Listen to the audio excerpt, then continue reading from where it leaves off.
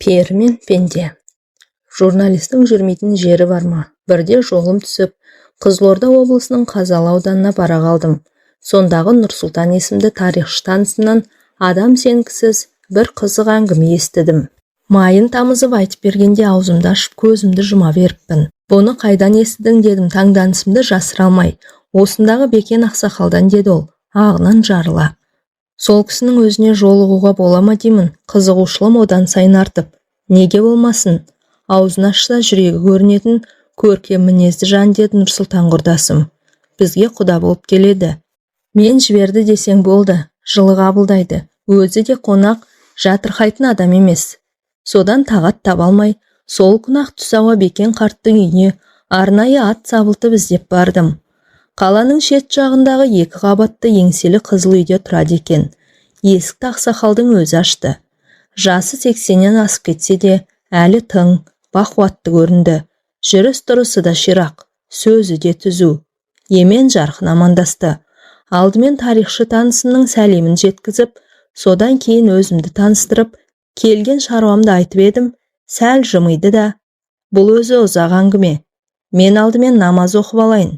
Сен мұнда отыра тұр деді. Қонақ бөлмеге бастап кіріп. Өзі аялдамастан бүйірдегі екінші бір бөлмеге өте берді. Келінжан, шай дайында. Мына бала сонау Астанадан келіпті. Жазушы екен деді, даусын сәл көтеріп. Ауызғы бөлмеден Жақсы ата деген әйелдің сыңғырлай шыққан даусы естілді. Мен жасыл барқыттан тысталған диванға қонжия кеттім де, жан-жағыма бағдарлай көз тастадым. Қақ төрде қызыл қоңыр гарнитур тұр. Ішкі жағына әртүрлі шыны ыдыстар қойылған. Сол жақ қабырғаны сан түсті бояумен түрленген түкті кілем тұтастай жауып тұр. Ал оң жақта рамаға салынған ескі фотосуреттер ілінген. Ортада үлкен үстел. Бір кезде басына ақ орамал жартқан орта жастардағы қараторы келіншек кірді. Сыпайы амандасты да дастархан жайып шай жасай бастады. Көп ұзамай ақсақал да келді. Әйел буы бұрқыраған шәйнекті алдымызға қойды да шығып кетті. Шайды ақсақалдың өзі құйды. Алдымен қай жақтан қай рудан екенімді сұрады. Мен ештеңе жасырғам жоқ. Содан соң барып негізгі әңгімеге көшті. Иә, дұрыс айтасың балам. Оның адам сенгісіз әңгіме екені рас. Бірақ мен өтірік айтатын адам емеспін. Кәрі қойдың жасындай өмірім қалғанда жалған сөйлеп пұшпаққа шыға қоймаспын деді. Салмақтай сөз саптап. Жоқ ата, о не дегеніңіз? Мен сізге толық сенемін дедім. Сөзімді нығырлай түсіп. Айта беріңіз. Ендеше тыңдап алам. Бекен ақсақал әңгімесі бастады. Қайта-қайта шоқша сақалын тарамдап қояды. 60-қа таяп қалған кезім. Ол кезде бәйбішемнің көзі тірі. Ұлды ұяға, қызды қияға қондырып, мойнымыздан ауыр жүк түскендей алаңсыз ғұмыр кешіп жатқан күндердің бірінде аяқ астынан кенже келінімнің денсаулығы сыр беріп, сырқаттанып қалмасы бар ма? Алғашқында онша мән бере қойған жоқпыз. Бірте-бірте мінез құлқы өзгеріп, күйде ұстамасы ұстап қалатын болды. Сөйтсек, құс аурумен ауырады екен ғой байқұс бала. Құс қайтқанда немесе қайтып келгенде дерті тіпті қозып кетеді екен. Жалпақ тілмен айтқанда көтеріліп ауырады. Содан қаратпаған дәрігеріміз, апармаған ауруханамыз қалмады. Бірақ ем қона қоймады. Сөйтіп жегеніміз желім, ішкеніміз ірің боп жанымыз жадап, жүдеп жүргенде әлдебіреулерден Қазалыда үлкен бір бақсы бар. Зікір салып, құс ауруын емдейді дегенде естідім. Кеңес дәуірінің дүрілдеп тұрған кезі. Онша сене қоймасам да кейін бармағымызды тістеп қалып жүрмейік деген оймен бағымызды тағы бір мәрте сынап көргім келді. Ол кезде біз көрші ауданда тұратынбыз. Содан бір құдайға сыйынып, ұлымыз екеуміз келін баланы ескі жигулимізге отырғызып алып, Қазалыға жол тарттық. Сұрай-сұрай Меккеге де барарсың демей ме? Оған қарағанда мына тұрған жер емес пе? Бақсыны тез таптық. Жеркепе сияқты кішкентай тоқал тамда тұрады екен. Сыртынан шелек, шылапшын сияқты темір терсекпен жамап жасқап, бастан аяқ қаптап тастаған.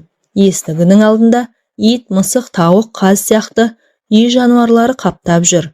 Бақсының аты Паудин екен. Қазақ па өзі деймін есіміне қарап.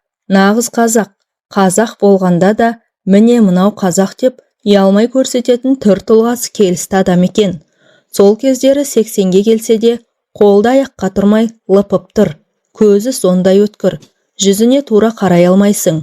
Құдай бойына ерекше күш қуат берген жан екені бірден аңғарылады.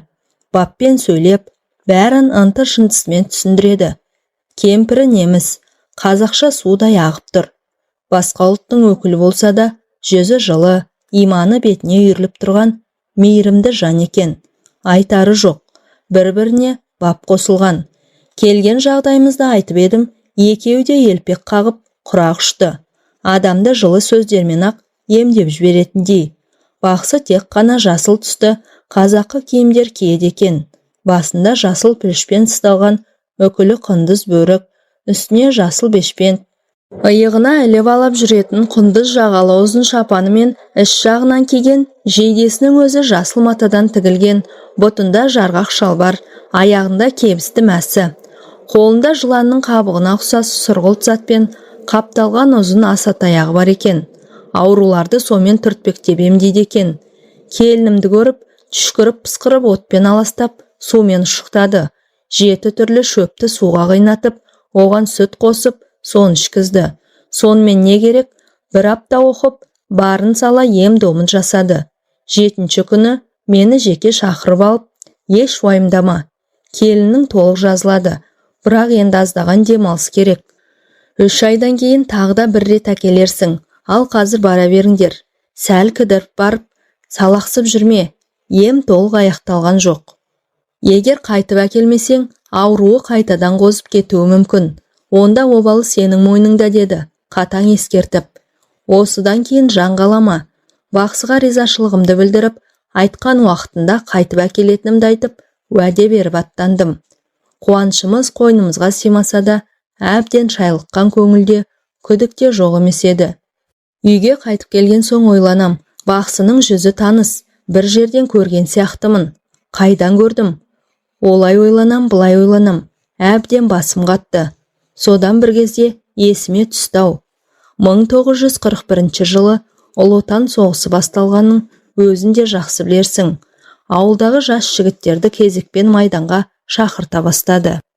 Сол жылы қыршындарынан қиылған талай боздақтың сүйегі елге қайтып оралып жатты. Содан аудандық комиссараттан әскерге шақыру туралы қағаз келгенде соғысқа барғымыз келмей, 3 жігіт алдын ала ақылдасып алып, ажалдан қашқан Қорқыт бабамыз құсап қашып кеттік. Қазақстан мен Қарақалпақстанның ортасында Қызылқұм құмы жатыр. Осы Қазалы ауданының аумағы ғой. Ол кезде елсіз, құла түз, қу медиен болатын. Сол Қызылқұмның ішінде қашып жүрдік. Сондағы кәсібіміз не дейсің ғой? Қызылқұмның ішінен адамдар ары қарай астық тасиды. Бері қарай әртүрлі зат бұйымдар әкеледі. Соларды торуылдаймыз. Шіркін, жастық не істетпейді. Маңайдағы ауылдарға жақындап келіп, шеттеу шыққан малдарды айдап әкетеміз. Сөйтіп, күн көріп жаттық. Бір керуеннің соңында таман қалып қойған кәрі аттанды ұстап алып мініп жүрдік. Қосымыз бар. Соны түйеге артып аламыз да, ізімізді жасырғансып, әрі-бері көшіп қонып жүреміз. Бір жерде көп тұрақтай алмаймыз. Тым ұзап кетпейміз де. Адамдардың көзіне түсе бермеуге тырысамыз. Қысты күнде де құмның іші онша суық болмайды. Қосымызға от жағып отыра береміз. Қызылқұмда не көп, сексеуіл көп. Аң аулайтынымыз тағы да бар. Енді қайтеміз, өлместің қамы. Осылай қысты өткіздік. Күлімдеп көктем шықты. Бір күні қосымызды үлкен бір құмның етегіне тігіп тастап, шай ішіп отырғанбыз.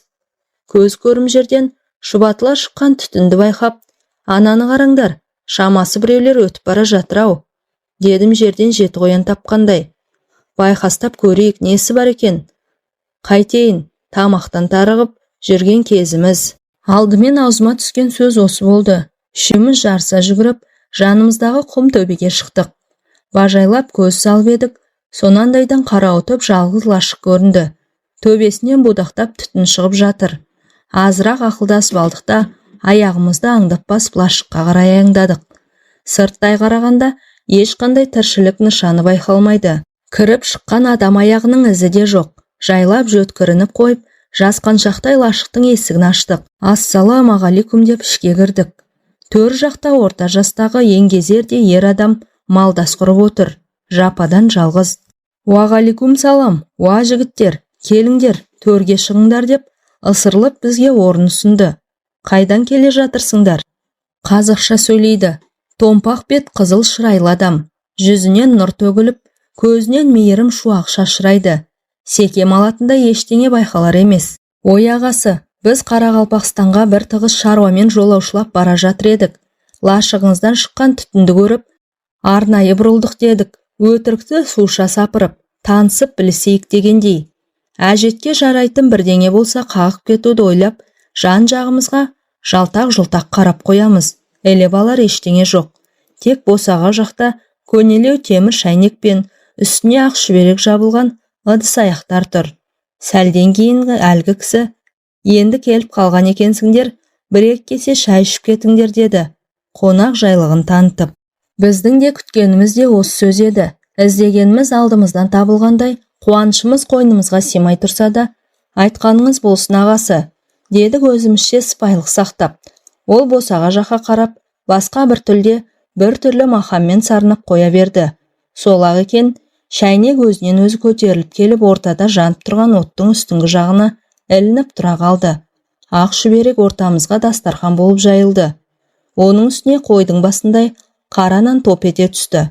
Артынша үлкен пышақ жарқ ете қалып, бізге қарай бағытталып келе жатты. Шошып кеттік. Зәреміз зәр түбіне жетті. Екі көзіміз пышақта, тұра қашуға дайындала бастадық. Бірақ абырой болғанда пышақ бізге тақалған жоқ. Өзінен өзі нанды турады да, жанды зат сияқты қайтадан орнына барып жата қалды. Сол кезде барып ух деп демімізді бірақ алдық. Сосын кішкене кеселер ауада қалқып келіп, әрқайсымыздың алдымызға тұра қалды. Әлгі кісі бізбен емес, көзге көрінбейтін басқа біреумен өзгеше тілде сөйлесіп отыр. Ара-арасында әйелдің сыңғырлаған даусы шығып қалады. Біз оның не деп отырғанын түсіне алмадық.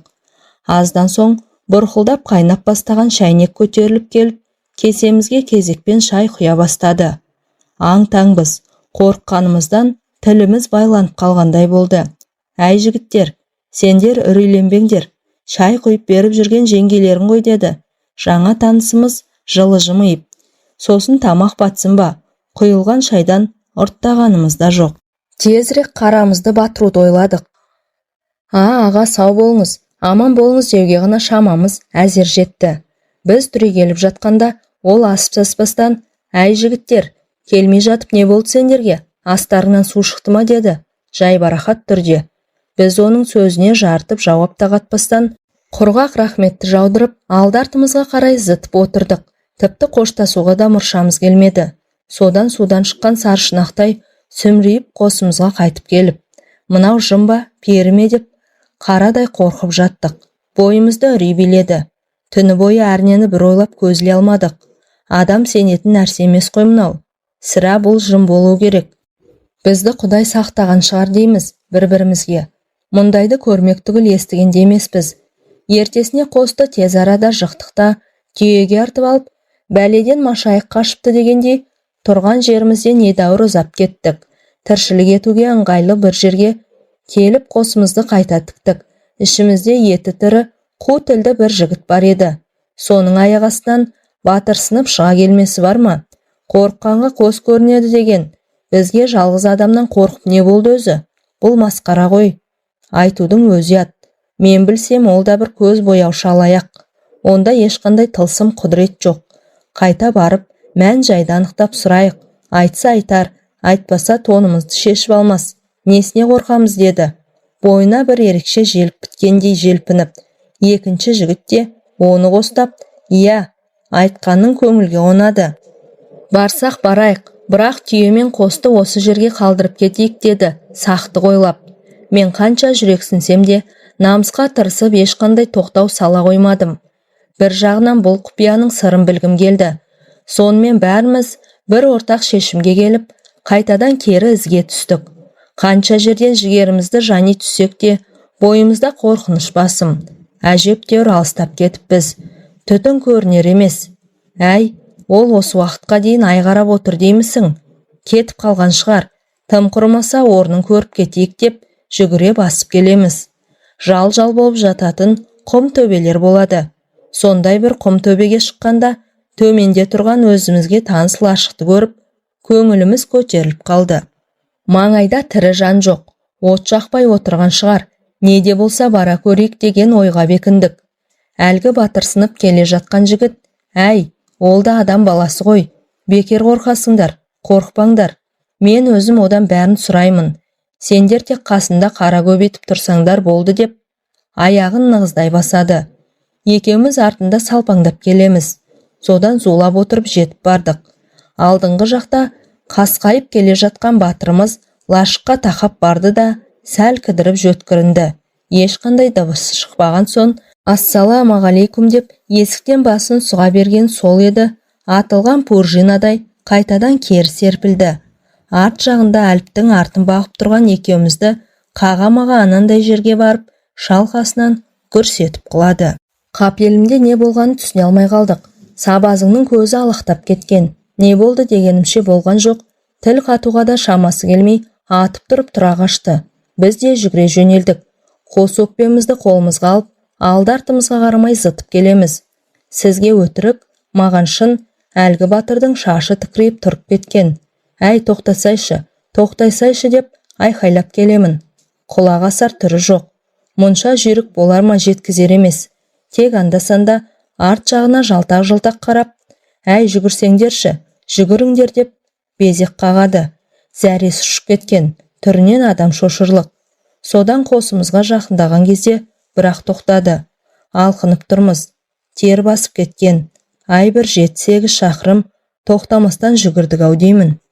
Не болды дейміз ентелей түсіп. Ойбай, сендер сұрамаңдар, мен айтпаймын. Құдай сақтасын дей береді. Әй, не болды айтсайшы дейміз. Екі жақтап, ол арт жаққа жалтақтап қарап қойып, жоқ тезірек қосқа жетіп алайықшы дегеннен басқа ештеңе айтпайды. Оның аппақ қудай қуарған жүзіне қарап, одан сайын құтымыз қашты. Содан не керек? Ақыры алқынып, қосымызға да жеттік-ау. Қосты жығыңдар, қашу керек, кету керек болмаңнан дей береді безілдеп. Енді айтсаңшы не болды дейміз. Қосан жарласып, ой сұмдық-ай. Есікті аша беріп, әнеугінгі кісінің ортада жүрісінен отырғанын көріп қалдым. Оны бастарына ақ сәлде ораған 5-6 шал қоршап алыпты. Есік жақта отырған қаба сақалдысы маған жалт қарады. Шіркіннің жанарыны өткірін-ай, жасындай, жарқ етіп тоғырғандай денемді дір еткізді. Содан көзден ұшқан ұшқынмен бірге бір алапат көш кеуденнен қатты соғып, қалпақтай ұшырды ғой. Құдай сақтасын, бұл жерден аулақ кетейік.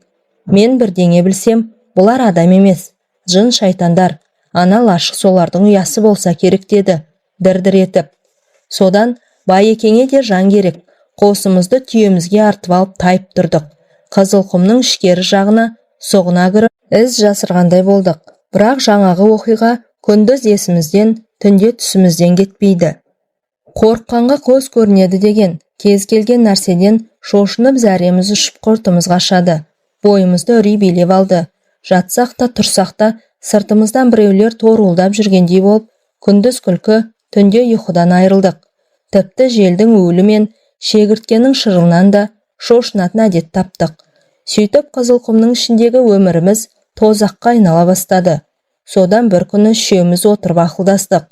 Бүйтіп жүре берсек, бәрібір бір күні болмаса бір күні жүрегіміз жарылып, жанымыз жаһанамға кетер. Қашып пысып жүріп, айдалада арам қатқанша, қан майданда ерлік жасап, абыроймен өлейік деп шештік те, сүмірейіп-сүмпейіп ауылға қайтып келдік. Соғыс әлі жүріп жатқан кез. Әке шешеміз болмаса, елде бізді кім емреніп күтіп отыр дейсіз? Әскери адамдар өте суық қарсы алып, соғыстан қаштыңдар деп, айып батальонына айдап жіберді. Айнымас дос болуға серттескен қасымдағы 2 серігім сол айып батальонында жазаларын өтеп жүріп, о дүниеге аттанды.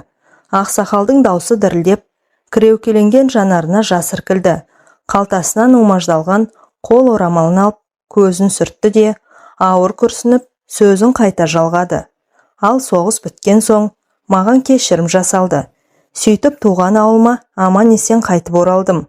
Елге келгеннен кейін көп ұзамай үйленіп, шаңырақ көтердім. Бала шағалы болдым. Уақыт зымырап өте берді. Шынымен де адамның ғұмыры қамшының сабындай ғана екен ғой. Содан балаларымның бәрі үйлі баранды болды. Өмір ғой, өмірде не болмайды дейсіз. Кенже келімнің сырқатына байланысты Паудин бақсыға барғанымды жоғарыда айттым ғой. Жүзі таныс, бір жерден көрген сияқтымын. Содан ұзақ ойланып, ақыры есіме түсті ғой. Сол баяғы Жапандағы жалғыз лашықтың ішінде отырған кісіге қатты ұқсайды. Кескін келбеті, түр тұлғасы, тіпті даусымен сөйлеу мәнеріне шейін осыдан 40 жыл бұрын көрген жұмбақ адамды көз алдыма айнытпай келеді. Алғаш кезіккенде оның жасы 40-тарда болатын. Ал мен келінімді емдетуге апарған кезде 80-ді алқындап қалған шал еді. Сырлы аяқтың сыры кетсе де, сыны кетпейді демекші, кәрілік жеткенмен жеңе алмаған. Сақал шашы ағарып, маңдайы әжімденгенмен, жүзі сол бәз баяғы қызыл шырайлы қалпы. Содан үйімде тыныш жата алмадым. Қызылқұмдағы лашықта көрген кісі осы болуы керек деген ой қайта-қайта мазалай берді. Жазған құлда жазық жоқ. Содан 3 ай уақыт өткен соң келінімді алып тағы да бардым. 1 апта ем домын жасады. Обалы не керек? Барып салып бәйек болып. Кетер күні бақсыға жеке барып, алдымен келінімнің жағдайын ашық айтуын өтіндім. Келіннің ауруынан құлан таза айығады. Бірақ енді намазға жығылсын, таза жүрсін деді. Байыппен тіл қатып. Сонда қайтып ауырмайды. Ақсақал, сізден тағы бірдеңе сұрайын деп едім. Қалай қарайсыз дедім, жорта сөйлеп. Ол кезде менің жасым 60-қа таяп қалған. Иә, айта бер, құлағым сенде деді, жылы жымиып. Не сұрайын деп отырғанымды алдын ала біліп отырған сияқты. Мен күмілжіңкіреп, аз-маз кідіріп қалдым да, бойымдағы бар күшімді жиып, 40-шы жылдардың басында соғысқа барудан қашқан 3 жігіт Қызылқұмның ішін біраз шарлап едік. Бірде құпия бір лашыққа тап болып, таң тамаша күйде қалғанбыз. Соның ішінен сізге қатты ұқсайтын бір адамды көріп едік. Қателеспесем, сол сізсіз-ау, оны қайдан кейін көрген жоқпын. Дедім сөзімді нықтай түсіп. Бақсы басын төмен сала, үн-түнсіз отырып қалды да, аздан соң, ой бауырмай, есте сақтау қабілетің сондай күшті екен, қателеспедің деді. Кеудесін кере, ауыр күрсініп. Иә, ол мен едім. Сол бір оқиға әлі күнге дейін ойымнан кетпей жүр. Есіме түссе, күндіз түгіл түнде түсімнен шошып оянам. Егер құпия болмаса, сол бір жұмбақтың шешімін өзіңіз айтып бермейсіз бе дедім. Сынай қарап, ол жерде не істеп жүр едіңіз? Бақсы еш бәлденген жоқ. Сол баяғы сабырлы қалпын сақтап, оның құпия дәнеңесі жоқ. Егер шынымен білгің келсе айтайын, деп кең тыныстап, тамағын кеней, жөткірініп алды да әңгімесін бастады. Әкемді осы Қазалының маңайындағы елдің бәрі біледі. Әрине көзін көргендердің көбі дүниеден өтіп кетті. Ол кісі ерекше қасиеті бар, әулиелік дарған, атақты бақсы болатын. Қара дүкен ұстаған, қызған темірді тілмен жалайтын адам болған. Сол қара дүкеннің ішінде аруақтар болған. Негізгі бақсылар ислам дінін онша мойындамай қоймаған ғой. Солай бола тұрса да, әкемнің қойнында Құран жүретін, алақандай ғана сырты жылтыр кітап. Кезінде Самарқаннан алдырғам деп айтып отыратын. Бұл Құран қамқоршым, қорғаншым деп ешқашан жаныңнан тастамаймын. Тек дүниеден өтерінің алдында ғана мені шақырып алып, балам, елде көптеген өзгерістер болып жатыр. Тілімді алсаң менің жолымды қумай-ақ қой. Бағың байланады. Кеңес өкіметі бақсы балгерлікті қолдай қоймайды. Бірақ есіңде болсын, мен о дүниеге аттанғаннан кейін менің жанымда жүрген жын-перілердің барлығы сені жағалайды. Саған көшеді, саған келеді. Сені перілер өздерінің әлеміне көтеріп алып кетуі мүмкін. Сондықтан мына Құран кітапты жаныңнан тастама. Әркез қойныңда жүрсін. Егер бұдан айырылсаң, жер бетіндегі татар талқаның таусылады. Осыны жадыңнан шығарма деп, Құран кітабын қолыма ұстатып кетті. Мен мәселенің мәнісін толық түсіне қоймасам да, әйтеуір оны жоғалтып алсам, бір жамандықтың боларын сезіп, жарайды әке, айтқаныңызды бұлжытпай орындаймын деп, қойныма сүңгітіп жібердім. Содан кейін көп ұзамай, әкем о дүниеге аттанды. Көз жасымызды көл қыла жүріп, ақтық сапарға арулап шығарып салдық. Әке аманатына адал болуға тырысып, қасиетті Құран кітапты төс қалтамнан тастамайтын болдым. Күндіз де, түнде де жаныңда болсын, ешқашан алшақ қойып, ұйықтаушы болма деген өсиет сөзін ешқашан есімнен шығарған емеспін. Содан 3-4 жыл бойы оны бойтұмардай бойымда сақтап бір сәтке ұмыт қалдырған жоқпын. Біз жылда бидай, күріш, тары, қауын, қарбыз егетінбіз. Бірде шілденің шіліңгір аптабында ауыл маңындағы дарияның жағасында егістікке су жіберу үшін кетпенмен терлеп тепшіп, арық қазып жатқам. 20-ға жаңа шыққан кезім. Білегімде бұлақ күш ойнап тұрғанмен ыстыққа шыдай алмай, денемді сергітіп алу үшін суық сумен жуындым. Киімдерімді шешіп қойғам. Қыза-қыза ұзап кетіппін. Есімнен қалай шығарып алғанымды өзім де білмеймін. Құран бешпентімнің жан қалтасында қалып қойыпты. Ойымда ештеңе жоқ. Бір албеменің көлеңкесіне барып, азырақ демімді басып алайыншы деп, арқамды төсей отыра қалсам, албасты басып, қалғып кетіппін. Көзімді ашсам басқа бір жерде жатырмын. Жұмақ па дерсің, жер дүниенің бәрі жап-жасыл. Басымды көтеріп жан-жағыма жалтақтай қараймын. Маңайымда бөтен тілде сөйлейтін бейтаныс адамдар жүр.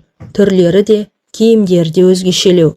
Жер бетіндегі тіршілікке мүлде ұқсамайды. Өзге әлемге өтіп кеткен сияқтымын. Менің оянғанымды байқап қалса керек. Басына сәлде ораған орта жастағы еңгезерде еркек қасыма жақындап келіп, «Пауден» деді күлімсіреп.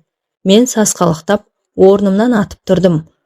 Арманымыз сен осында әкелу болатын. Соған қол жеткіздік. Сен перілер еліндесің. Саған сүйкімді қызымды беремін. Сүйікті күйеу балам боласың. Бізбен бірге тұрасың. Содан не істерімді білмей, жан таласып жан терге түстім. Бұлқынып бұлай жүгірдім, жұлқынып олай қаштым. Бірақ қайда барсам да сол жап-жасыл әлем. Содан жаңағы дәусары сақ-сақ күліп, қашып қайда барам дейсің? Сен адамдар арасында емес, перілер елінде өмір сүру үшін жаралғансың. Әкең де солай еді. Бірақ ол Құранды жанынан бір ел тастаған жоқ. Сөйтіп бізге алдыра қоймады. Ол кәдімгі қазақ тілінде, яғни маған түсінікті тілде сөйледі. Әйтпесе олардың тілі мен сөйлеу мәнері мүлде бөлек екен. Содан не керек? Мен перілер елінде 20 жылдай ғұмыр кештім. Амалсыздан перінің қызына үйлендім. Солармен бірге өмір сүрдім. Тілдерін үйрендім. Дәстүрлеріне қанықтым. Тылсым, құдірет күштерін меңгердім. Алланың әмірай, перінің қызымен ерлі-зайыпты болып 20 жылдай бірге тұрсам да, арамызда бала бола қойған жоқ. Елімді, жерімді, туған туысқандарымды есіме алсам, санам саққа жүгіріп, ойым оңға бөлініп, жүрегім қан жылайды. Сағыныштан сарғайып, жаным жабырқау тартады. Қас-қабағымды мұң торлап, кеудем шер-шеменге толады. Қазір ойлаймын, не деген ақмақ болғанмын. Құдайдың басқа салған осы екен ғой деп жүре беріппін ғой. Содан 20 жылдай уақыт өткеннен кейін ғана, ей, мен мұнда неғып жүрмін? Ел жұртым қайда деп ойлана бастадым.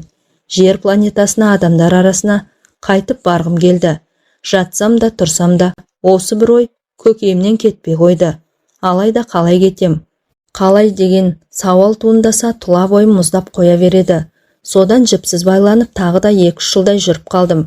Неменеге кегежем кер тарта береді. Перілердің неден қорқатын, оларға қарсы күресудің амал айласын жақсы білемін ғой. Ендеше неден қорқамын? Одан да перінің қызына шындықты айтып, басын айналдырып көрейін. Сөйтіп бірге қашуға көндірейін деген ойға бекіндім. Сосын ағайын туысты әбден сағындым. Адамдардың арасына барайықшы деп, күнде құлақ етін жей бердім. Көзімнен жас, тілімнен зар төктім. Перінің қызының көркі ақылы сай болатын. Өтірік айтып не қылайын? Біз бір-бірімізді шынымен жақсы көрдік. Ол мені түсінді. Сөйтіп бір күні жылап отырып, келісімін берді. Тек адамдар арасына барсақ, сен тірі қалуың мүмкін, ал мені өлтіреді. Өлтіреді ғой, деді жанары жәутен қағып. Өйткені перілер елінде арнайы жазылған заң болмаса да, тәртіп сондай қатал. Тәртіп бұзғандар қатаң жазаланады. Кешірім жасалу деген түсінік атымен жоқ. Егер қашып кетсе, перілердің оны тірі қоймайтынын жақсы білсем де, жоқ олай деме. Екеуміздің де тірі қалуға толық мүмкіншілігіміз бар, дедім, алдаусыратып. Иә, шынымен адам баласын сағынып жүргеніңді білемін. Бірақ мен жер бетінде өмір сүре алмаймын ғой. Сен сол жағын ойладың ба, деді. Қыз мұңайып.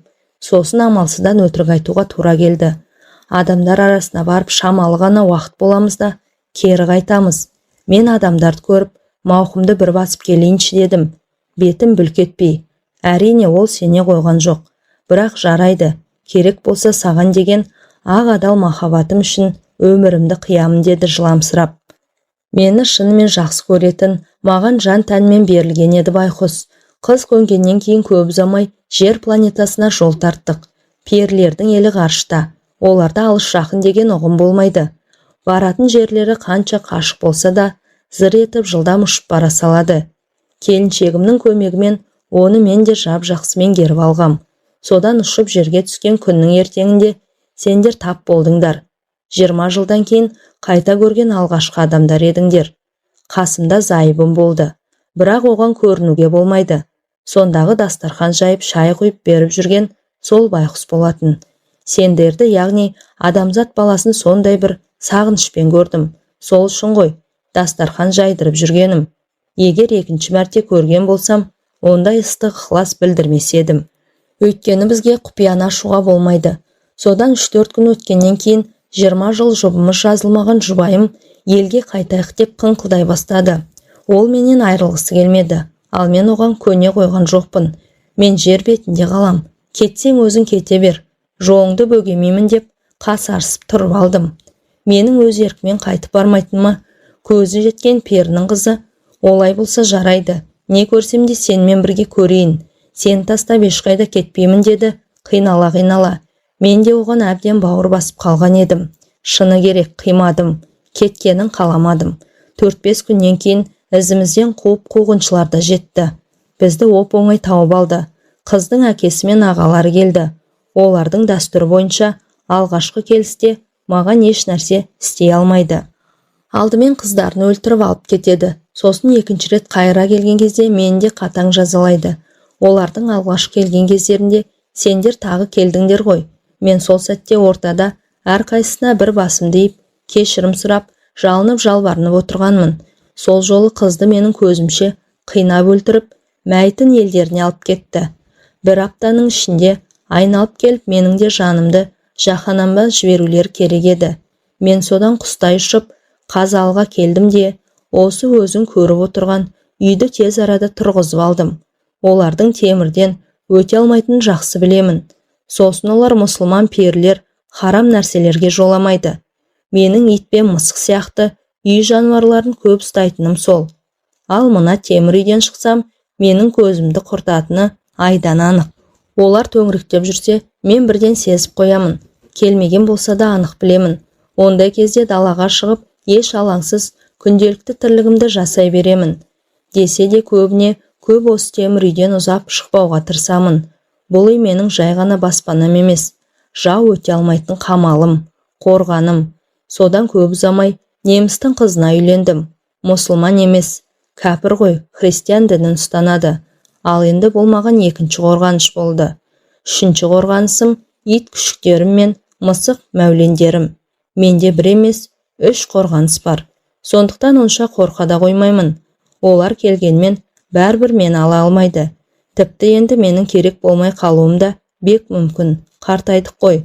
Міне менің басынан өткізген жағдаятым, көрген білгенім осы деп әңгімесін аяқтаған еді Паудин бақсы. Ұзақ жылдар бойы көңілімді күптеткен сол бір құпия кездесудің сыры ашылып, түйіні тарқатылған соң, әрі келінімнің сырқатынан жазылатынын естіп білгеннен кейін бақсыға алғысымды айтып, аздаған ақысын беріп, үйге үлкен қуанышпен оралдық. Содан кейін бақсыны көрген жоқпын. Тек жаны жәннатта болғыр, кейіннен дүние салғанын естідім, деді Бекен ақсақалда ауыр күрсініп қойып. Сол келініңіз қайда қазір дедім. Не нәрсені болсын толығырақ білуге құмартып. Тұратын әдетіммен. Бағанағы шай жасап жүрген сол келінім ғой деді ақсақал, күлімсіреп. Иә, көмегінде қандай сауалдың тұрғанын біліп тұрмын. Содан кейін келінім шынымен ауруынан құлан таза айықты. Құдайдың бұнысына да шүкір. Ең тәуір келінім де осы. Жаққаннан кейін қолында тұрып жатырмын, өзімді сыйлайды. Аталап құрақ ұшып тұрады. Бізге одан артық не керек қарағым, дейді жайдарлана. Жамандықты да, жақсылықты да көрдім. Аш та болдым, тоқ та болдым. Біреуден ілгері, біреуден кейін дегендей, қатарлы өмір сүрдім. Тағдырыма ризамын. Өмірге еш өкпем жоқ. Енді Құдайдан бірақ тілегім бар. Балалардың еш жамандығын көрсетпей, солардың алдында алса арманым жоқ. Мен Бекен ақсақалға ағынан жарыла әңгіме айтқан үшін рахметімді жаудырып, сыртқа шықтым. Күн қызарып, ұясына батып барады. Аузында Алласы, жүрегінде иманы бар 80-дегі қарттың өтірік айтпайтынына сенгендіктен де әңгіменің әсерінен арыла алар емеспін. Осыдан кейін перілер мені де көтеріп әкететіндей көрініп, бойымды бір түрлі қорқыныш сезімі биледі.